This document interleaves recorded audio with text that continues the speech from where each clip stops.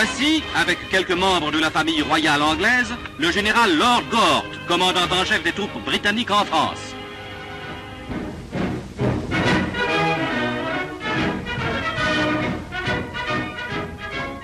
Résolument entré à nos côtés dans la guerre, la Grande-Bretagne y a d'emblée engagé toutes ses forces vives, tous ses moyens de production, toutes ses ressources.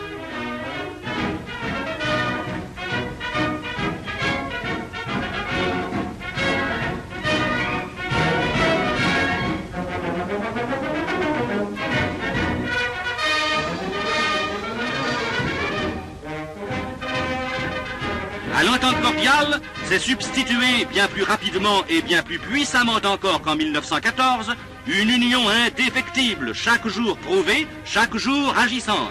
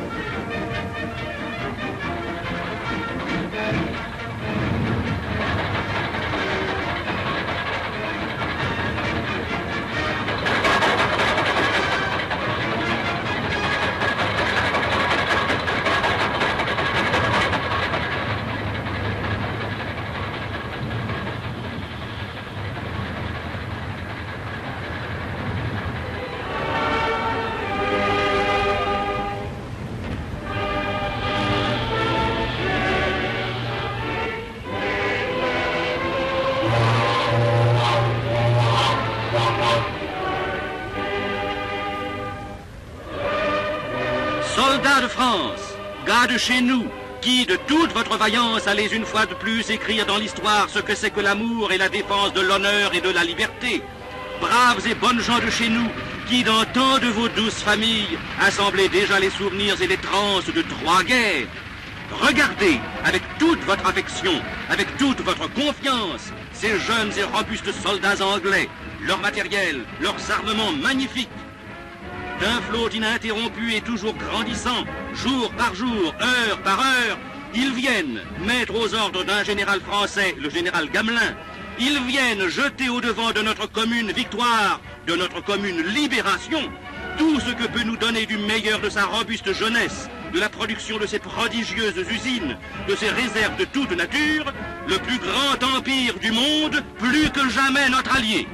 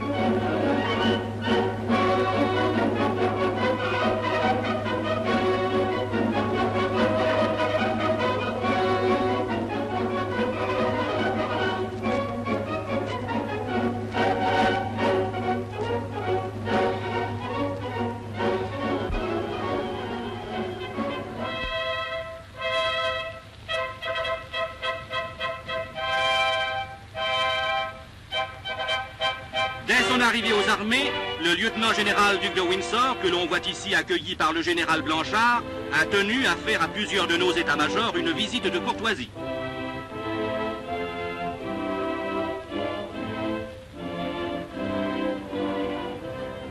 Voici le général Gamelin, commandant en chef des troupes franco-britanniques, lors d'une de ses rencontres avec le général Gort.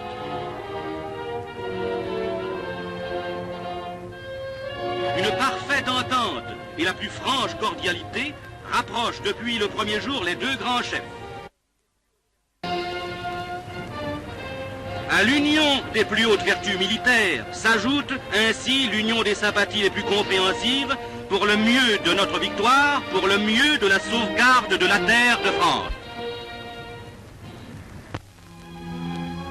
Confiance encore, confiance toujours, confiance totale.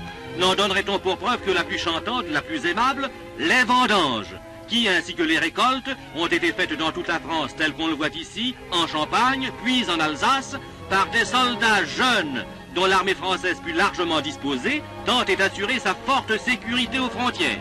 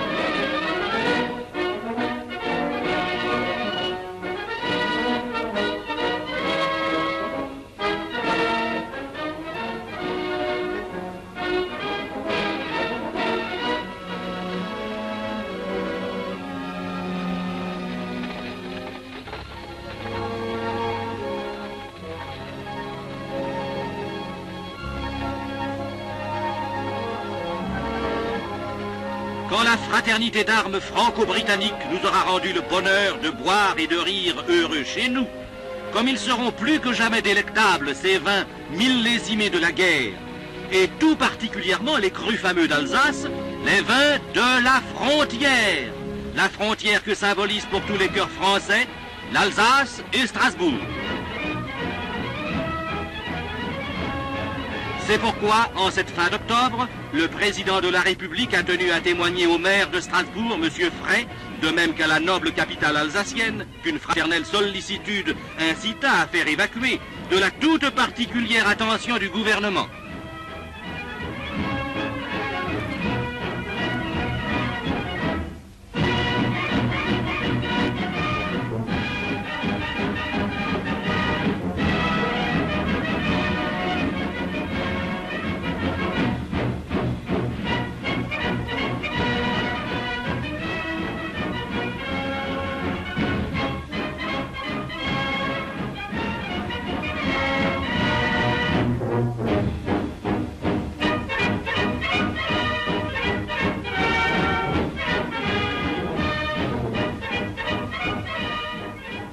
Le président de la République, à son retour, a dit combien l'avait fortement impressionné la puissance de nos organisations, la résolution, le haut moral des troupes et des populations qui, à très juste titre, savent pouvoir s'en remettre à l'invincible force, à l'inégalable puissance de moyens de la fraternité d'armes franco-anglaise.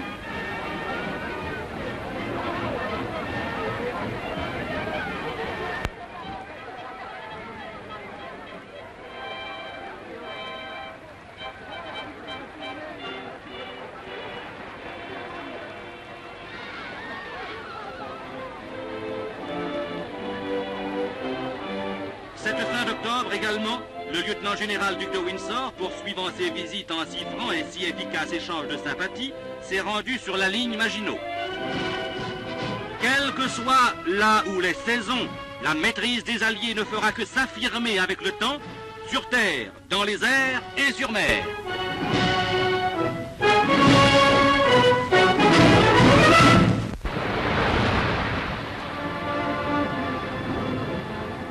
Voici une division légère française protégeant dans sa traversée vers nos ports, nos entrepôts, un lourd convoi de cargo.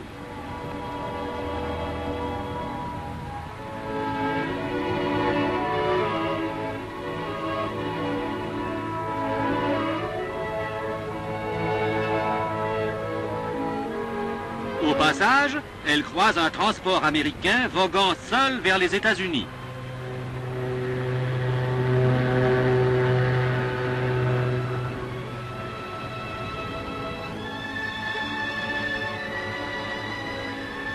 Sans cesse, nos bâtiments assurent la sécurité de nos ravitaillements, l'accroissement constant de nos réserves de guerre et exercent avec plein succès la chasse à l'ennemi.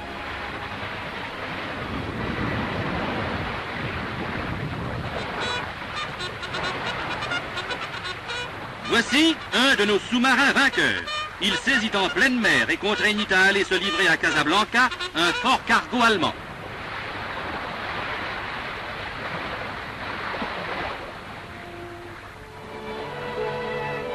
Voici une scène telle qu'en anime chaque jour dans la plupart de nos ports l'activité de nos patrouilleurs. Les navires neutres ravitaillant notoirement l'ennemi sont amenés à quai, leurs marchandises sont saisies.